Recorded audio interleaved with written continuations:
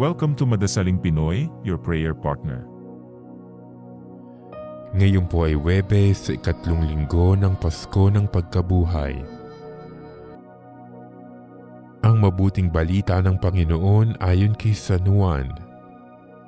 Noong panahong iyon, sinabi ni Jesus sa mga tao, "Walang makalalapit sa akin malibang dalhin siya ng amang nagsugo sa akin.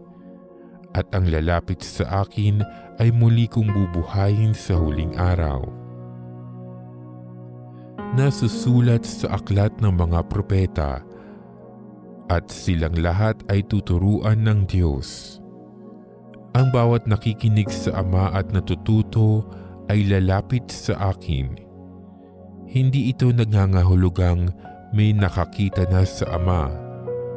Yoong nagmula sa Diyos ang tanging nakakita sa Ama.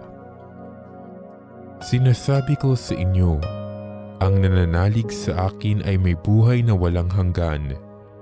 Ako ang pagkaing nagbibigay buhay. Kumain ng mana ang inyong mga ninuno nang sila'y nasa ilang. Gayon may namatay sila. Ngunit ang sinumang kumain ng pagkaing bumaba mula sa langit ay hindi mamamatay. Ako ang pagkaing nagbibigay buhay na bumaba mula sa langit. Mabubuhay magpakilanman ang sinumang kumain nito, at ang pagkaing ibibigay ko sa ikabubuhay ng sanlibutan ay ang aking laman. Ang mabuting balita ng Panginoon.